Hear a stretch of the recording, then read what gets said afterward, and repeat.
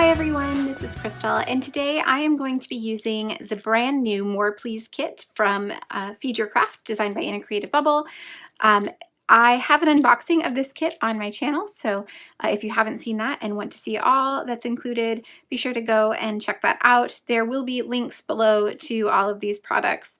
I also have the Good Eat stamp set that was also released today for Feed Your Craft. And I'm going to be documenting this photo that was taken on our very recent trip to Michigan. It's a Moomers ice cream cone, a very melty Moomers ice cream cone. It's going to go into my Life Crafted album. I have this one that I plan to use to document our Michigan vacation. And I'm planning to do a page outside of the page protector. So that is a 5 by 8¼ inch page that I'll be using. For my background, I also pulled out these Traveler's Notebook papers. These are travel notes from Feed Your Craft. I thought maybe I would use one of these as kind of the background page. Of course, these are regular Traveler's Notebook sized, so I'm going to need probably some more pattern paper. So I did also pull out the Out and About collection from Pink Fresh Studio, thinking maybe one of these papers will work kind of as a background for the Traveler's Notebook paper to sit on. Then I can add the embellishments and cards from this kit on top of that. That is my plan. We'll see how it goes once I get started. So I am just going to put you on fast forward, play around with these fun bits, and see what we can do. So I'm going to start by looking through the cards that are part of this kit, just to pick out a few that I think I might want to use on this page. My photo has a lot of red in it. There's a red picnic table in the background, and there's mostly just neutrals beyond that. So that red card, or that red and pink card, stood out to me as an option just to help tie in the red in the photo. And then I also pulled out a black and white one that says delicious and a green one that says good eats, because I thought the green might go well with some of the neutrals in the photo. Next, I'm looking through the ephemera pack, and there is so much here that would have worked, and I pull out a bunch of them. I don't end up using all of them, but yeah, just a lot that would have worked for this, and a lot in the colors that would have really gone well with my photo.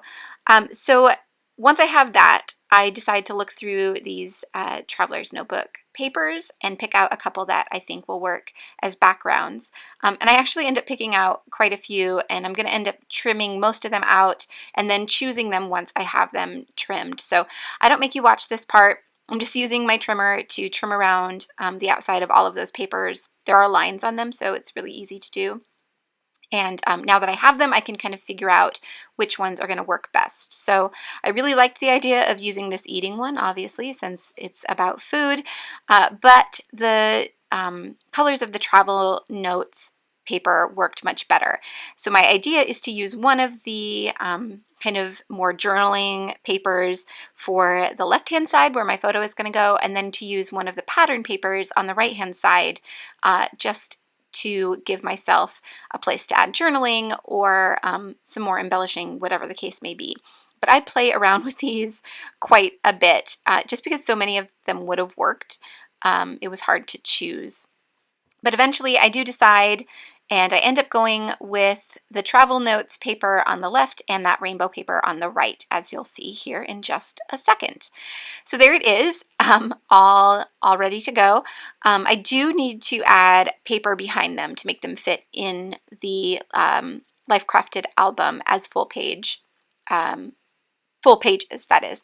So I'm just looking through the papers in the Out and About collection. I knew the colors would coordinate really well, and I knew that there were just some really basic patterns in there that would work with this these pages. So I decide on that red one. It brings out the red in my photo again. It brings out the red in the papers and cards that I've chosen. It just seemed to work really well. So I'm trimming it down to 5 by 8¼ I need 2 sheets of 5 by 8¼ for both sides, and then I'm just going to make sure that I cut them the right size, that they fit into the Life Crafted album, and then grab my 6-hole punch, and I just put them back to back or actually front to front, and just kind of eyeball the center of the paper to get the 6-hole punch in the right spot, and then just go ahead and punch it, and then I can add the Traveler's Notebook size papers on top of these.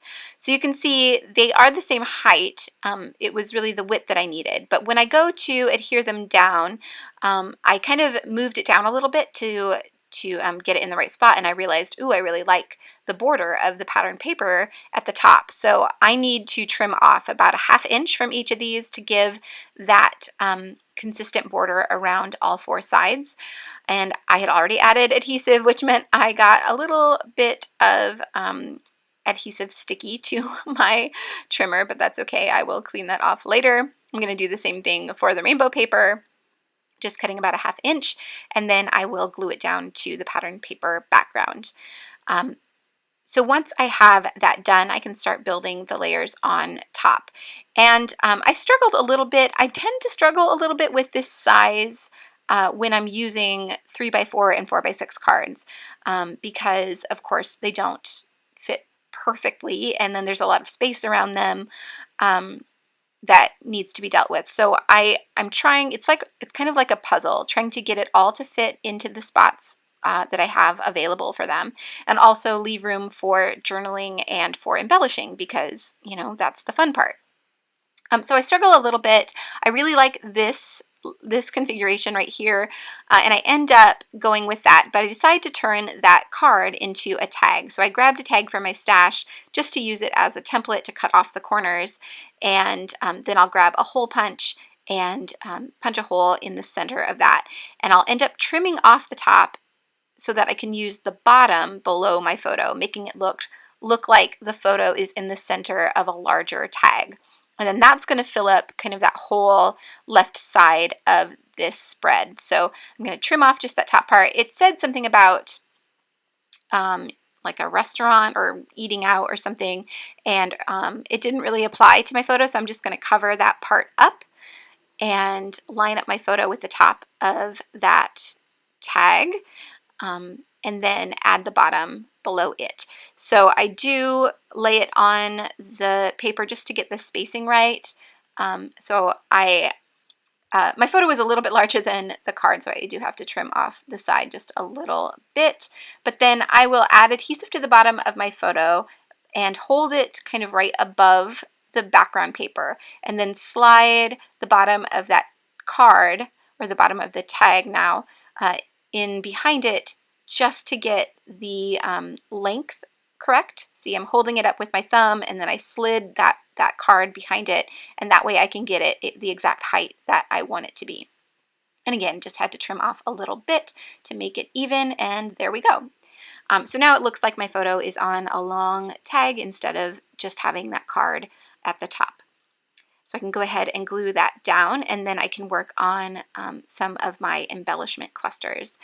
I'm thinking at this point that I want my journaling to go on those rainbow stripes, and I'm just trying to figure out how I want to do that, whether I want to try and type directly on that page, or whether I want to handwrite my journaling, or use a typewriter and cut strips, which is kind of what I am thinking I will likely do at this point.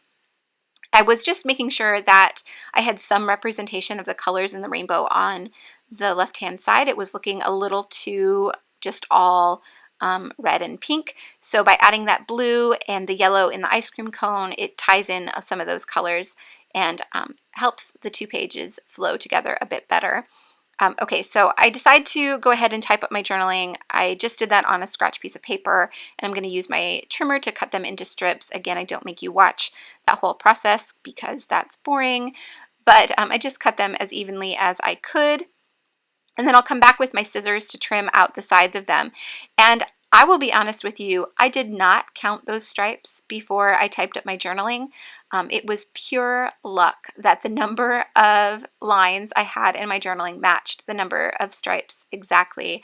I should have counted and should have planned that, but I totally didn't. So it worked out pretty well that I was able to fit just one line of journaling on each of those stripes. I did use my typewriter to measure about 5 inches wide as I was typing, so that I knew they would fit on that paper. So I just used, as you saw, my tweezers and a glue pen to get those all stuck down, and then I can add my title above the journaling. So I'm going to use the title Moomers, which is the ice cream shop we were at, and I'm going to put it at an angle, the same as I did my journaling, just above in that white space. Just using my Thicker's alignment tool to get it all lined up before I stick it down to the page. That way I can make sure I get it centered before I stick it down, and then I don't have to move things around. So I like it there. I can go ahead and stick that down, and then the only thing I have left to do is just to add some finishing touches, some little embellishments. So I'm just going to play around with the ones that I had pulled out. I end up going back into the pile of embellishments that I had set aside, and I pulled out one more because it just felt like it needed something else above my title, just a little something else. And I try a few options, and I end up going with this black and white phrase. And I'm going to layer it along with the ice cream cone, but you're going to see me move it around quite a bit. It would have worked there to the right of the title, I think, if I had had something else to kind of anchor it. But I really wanted to use that pink ice cream cone, and I couldn't get the two to work together if I added that phrase off to the right. So I'm going to end up adding it above my title, kind of overlapping the ice cream cone. I move it again because it felt a little too close to the ice cream, and I'm going to leave it there. And it does bother me a little bit that there's a little bit of trapped space in between that phrase and my title, but I'm just going to live with it because I couldn't find a better way to make it work.